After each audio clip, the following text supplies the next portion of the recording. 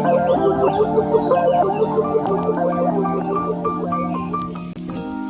semua, kembali lagi bersama kami, Esther Sari Febrina Sinaga, Mardiana Afriani Simatupang, Nurhuda Sadriani Simanulang. Kami adalah mahasiswa Pasca Sarjana Pendidikan Fisika Dikbud 2020. Kami akan membahas mengenai integral. Notasi integral. Notasi integral biasa ditulis dengan integral fx dx sama dengan fx ditambah c, di mana fx merupakan fungsi integral umum yang bersifat f aksen x sama dengan fx, dan fx-nya merupakan fungsi integran, dan c-nya adalah konstanta real sembarang yang biasa disebut dengan konstanta pengintegralan. Integral tak tentu dari fungsi aljabar. Misalkan a konstanta real sembarang, fx dan gx masing-masing merupakan fungsi integran yang dapat ditentukan fungsi integral umumnya. Maka ada 3 ketentuan secara umum. Untuk yang ketentuan pertama, jika bentuk integralnya adalah dx, maka hasil pengintegralannya adalah x ditambah c. Dan jika integral a dx, maka hasilnya adalah ax tambah c. Untuk ketentuan kedua, jika integral fx tambah gx dx, yaitu integralnya memiliki 2 fungsi, ada fungsi fx dan ada fungsi gx, maka untuk hasilnya kita pisahkan kedua fungsinya, maka menjadi integral fx dx ditambah integral gx dx. Untuk yang keduanya, jika dia integral fx dikurang gx dx, sama seperti sebelumnya, cuma pada kali ini dia menggunakan operasi minus atau operasi pengurangan, maka hasilnya menjadi integral fx dx dikurang integral gx dx. Untuk yang terakhir, yaitu jika bentuk pengintegralannya adalah kuadrat, contohnya adalah dengan notasi integral x pangkat n dx, maka hasilnya 1/n ditambah 1 dikali x pangkat n ditambah 1 ditambah c. Nilai n di sini adalah merupakan bilangan rasional dan tidak sama dengan minus 1. Selanjutnya, integral ax pangkat n dx sama dengan a per n ditambah 1 dikali x pangkat n ditambah 1 ditambah c, di mana nilai n juga merupakan bilangan rasional dan tidak sama dengan minus 1. Kita lanjut ke contoh soal yang pertama.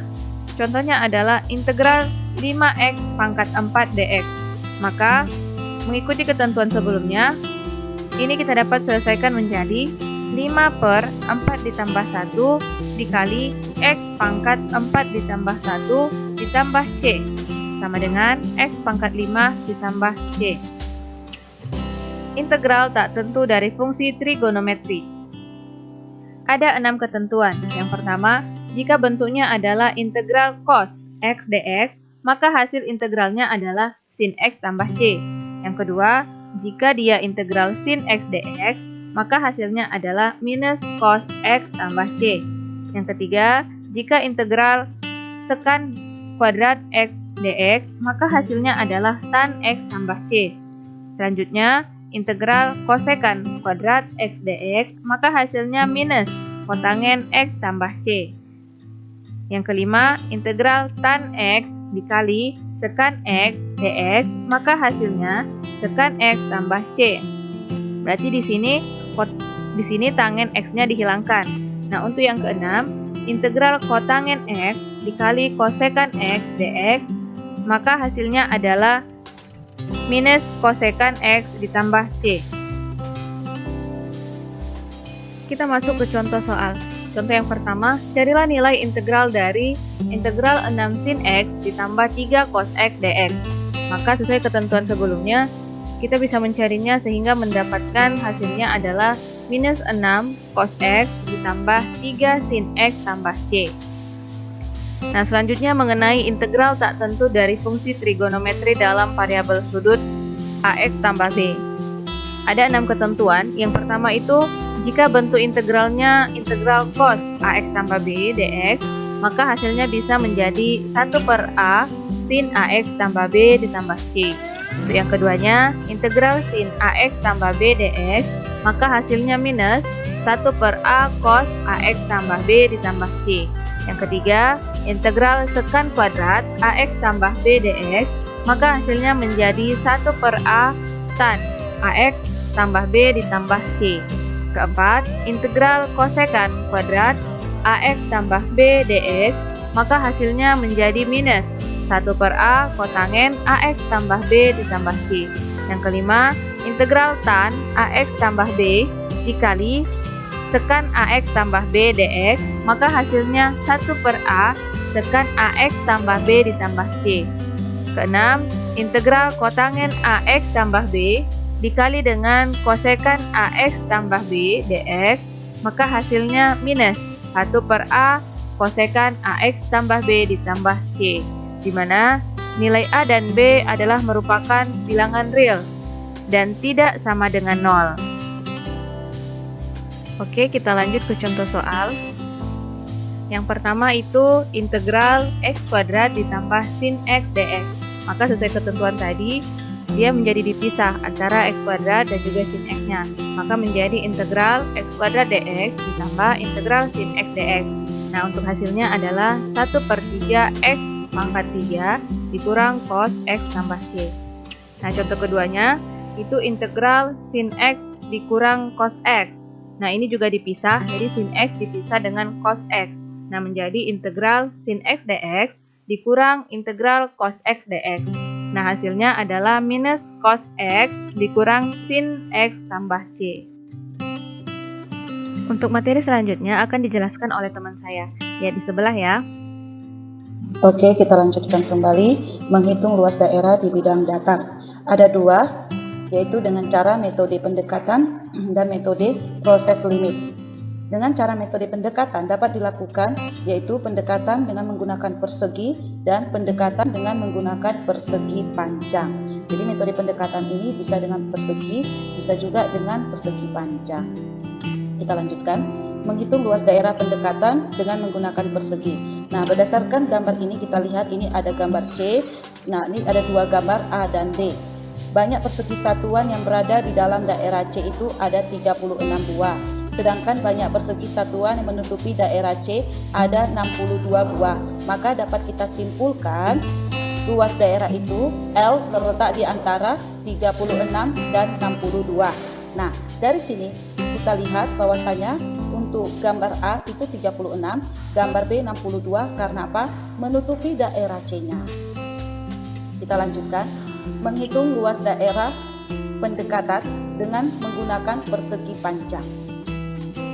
Pada gambar berikut kita lihat ada kurva ya. Di gambar A itu ada kurva Y sama dengan X pangkat 2, di gambar B ada kurva Y sama dengan X pangkat 2 juga, dan di gambar C ada kurva Y sama dengan X pangkat 2. Namun kita perhatikan, di gambar A ini kan tidak ada tanda panah, di gambar B tanda panah menuju ke bawah. Nah, di gambar C panahnya itu kan menuju ke samping. Dari sini didapatkanlah dia pola kurvanya, yaitu kurva parabola mempunyai persamaan Y sama dengan X pangkat 2, ya kan? Maka untuk X sama dengan 1/2 didapat Y sama dengan 1/2 pangkat 2 itu sama dengan 1/4. Untuk X sama dengan 1 didapat Y sama dengan 1 pangkat 2 sama dengan 1. Untuk X sama dengan 1/2 didapat Y sama dengan 1/2 pangkat 2 sama dengan 9/4. Dan untuk X sama dengan 2 didapat Y sama dengan 2 pangkat 2 sama dengan 4. Nah, ini untuk X1 setengah, Y1 nya 1/4. Untuk X2 nya 1, Y2 nya 1. Untuk X3 nya 1/2 atau 3/2, Y3 nya 9/4. Untuk X4 sama dengan 2, maka Y4 nya adalah 4. Ini semua didapatkan dari hasil substitusi terhadap persamaan Y sama dengan X pangkat 2 ya. Setelah kita masukkan nilai X-nya ke dalam, lalu jangan lupa dikuadratkan, maka didapatkanlah ini hasilnya. Semua dapat lihat ya. Nah, jadi inilah untuk nilainya. Y sama dengan 4 itu jika X-nya sama dengan 2. Cocok ya. Kita lihat ya, X-nya 2, Y-nya 4. Lalu untuk dia X-nya 1, didapatlah Y-nya 1. Kita buktikan ya, ini X-nya 1, maka Y-nya adalah 1. Cocok kan? Nah, jadi ini terbukti nilai X-nya. Itu dia. Lalu kita lanjutkan. Berdasarkan pengamatan pada gambar B, jumlah luas persegi panjang yang terletak di dalam daerah C adalah L1 sama dengan X1 kali Y1 tambah X2 kali Y2 tambah X3 kali Y3 ya. Nah, ini masing-masing didapatkan dari sini tadi. Ya, ini X1, ini Y1, X2, Y2, X3, Y3, X4, Y4. Ya kan? Nah, jadi dari sini kita dapatkan setengah kali 1/4 tambah setengah kali 1 ditambah setengah kali 9/4. Ketika kita totalkan seluruhnya, maka hasilnya adalah 14/8.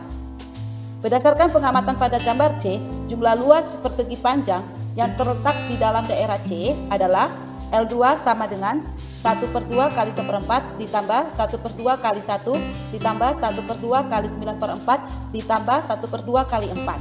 Nah, ketika kita totalkan ini semua, maka hasilnya adalah 30/8. Jadi dapat kita simpulkan nilai luasnya itu adalah L terletak di antara lebih kecil 14/8 dan lebih besar 30/8. Inilah nilai luasnya pada gambar B dan C. Kita lanjutkan.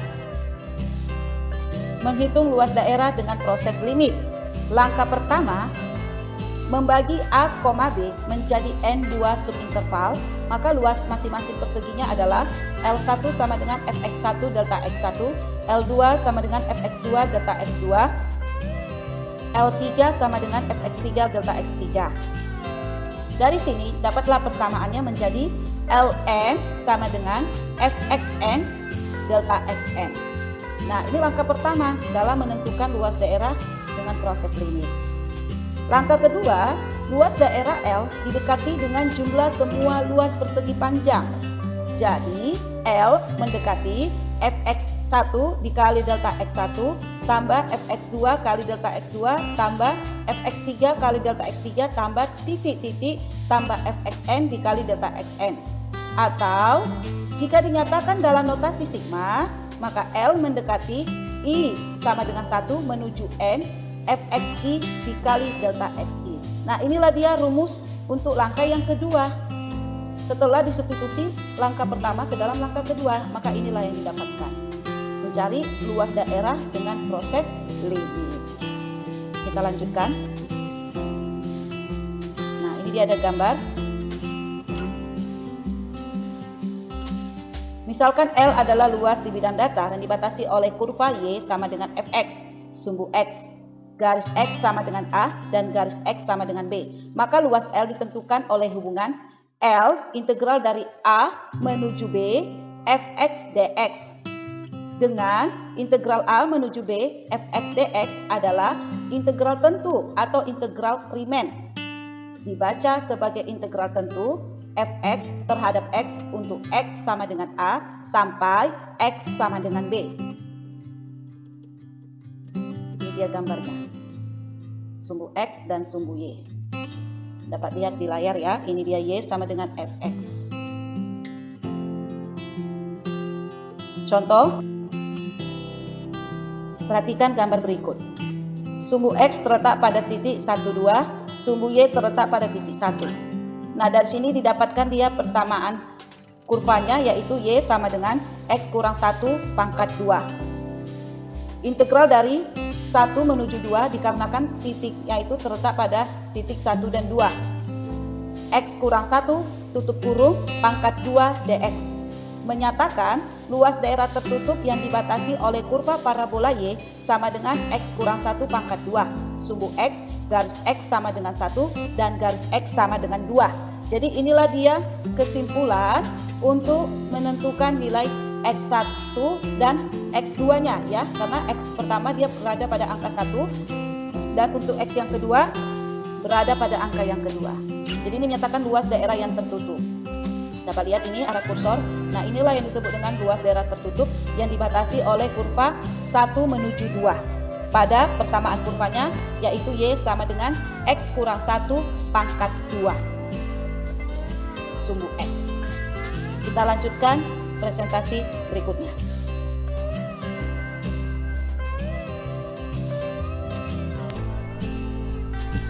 Saya akan melanjutkan kembali penjelasan dari teman saya, Diana, tentang pengintegralan dengan rumus integral substitusi. Bentuk integral FU/DU, bentuk akar A kuadrat dikurang X kuadrat, akar A kuadrat ditambah X kuadrat, atau akar X kuadrat dikurang A kuadrat.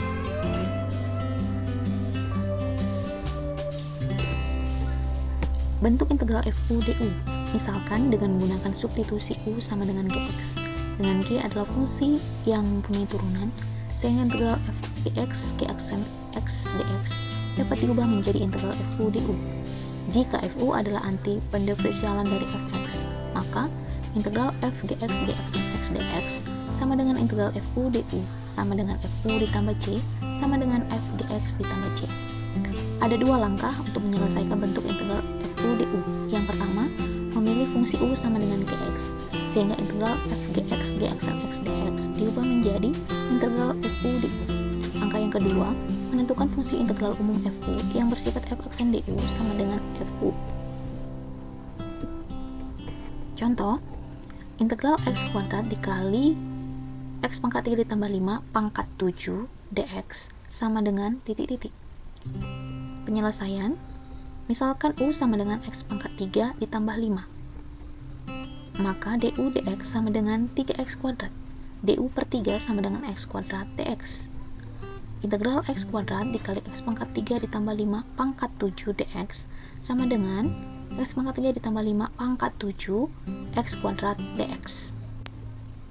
Sama dengan integral U pangkat 7 DU per 3 sama dengan 1 per 3 dikali integral U pangkat 7 DU sama dengan 1 per 3 dikali 1 per 8 U pangkat 8 ditambah C sama dengan 1 per 24 U pangkat 8 ditambah C.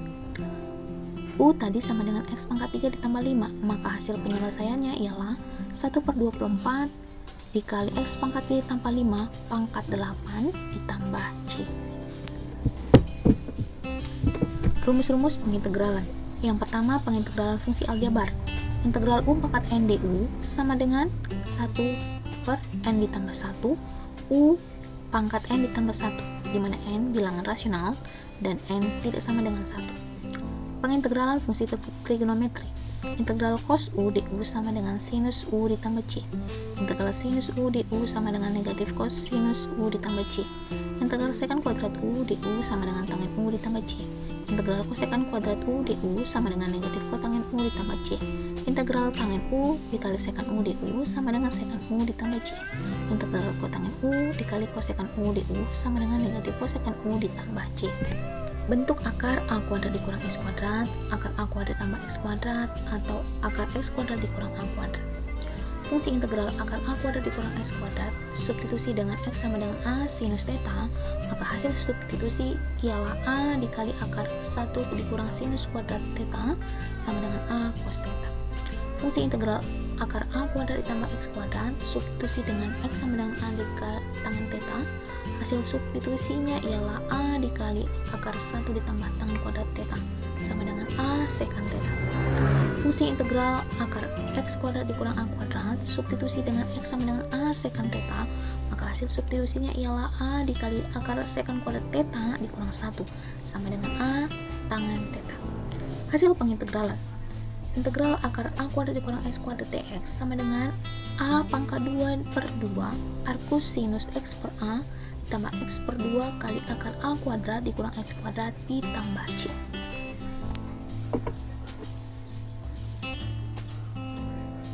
Pengintegralan dengan rumus integral parsial. Misalkan UX dan VX masing-masing adalah fungsi dalam variabel X, maka pengintegralan integral U dV ditentukan oleh hubungan integral U dV sama dengan U dikali V dikurang integral V du. Berhasil atau tidaknya pengintegralan dengan menggunakan rumus integral parsial ditentukan oleh dua hal berikut. Yang pertama, memilih bagian dV sehingga V dengan segera dapat ditentukan melalui hubungan V sama dengan integral dV. Yang kedua, integral V du harus lebih mudah diselesaikan dibanding dengan integral U dV. Contohnya, integral X pangkat 4 akar pangkat 3 dari X ditambah 1 sama dengan U dikali V dikurang integral V du. Maka X pangkat 4 dikali 3 per 4 X ditambah 1 pangkat 4 per 3 dikurang integral 3 per 4 X ditambah 1 4 per 3 4 X pangkat 3. Diperoleh hasilnya sama dengan 3/4 X pangkat 4 dikali X ditambah 1 pangkat 4/3 dikulang 9/28 X pangkat 4 X ditambah 1 pangkat 7/3 tambah J. Aplikasi dalam bidang fisika. Dalam fisika, integral lipat 2 atau 3 umumnya digunakan untuk menghitung, misalnya dalam mekanika, massa total suatu benda jika diketahui fungsi rapat massanya, titik pusat massa, momen inersia benda terhadap suatu sumbu putar. Penerapan lainnya adalah dalam kajian listrik magnet untuk menghitung kuat medan atau potensial di suatu titik akibat kehadiran distribusi muatan listrik di sekitarnya. Sekian yang dapat kami sampaikan mengenai topik integral, kiranya dapat menambah wawasan dan pengetahuan dalam bidang fisika.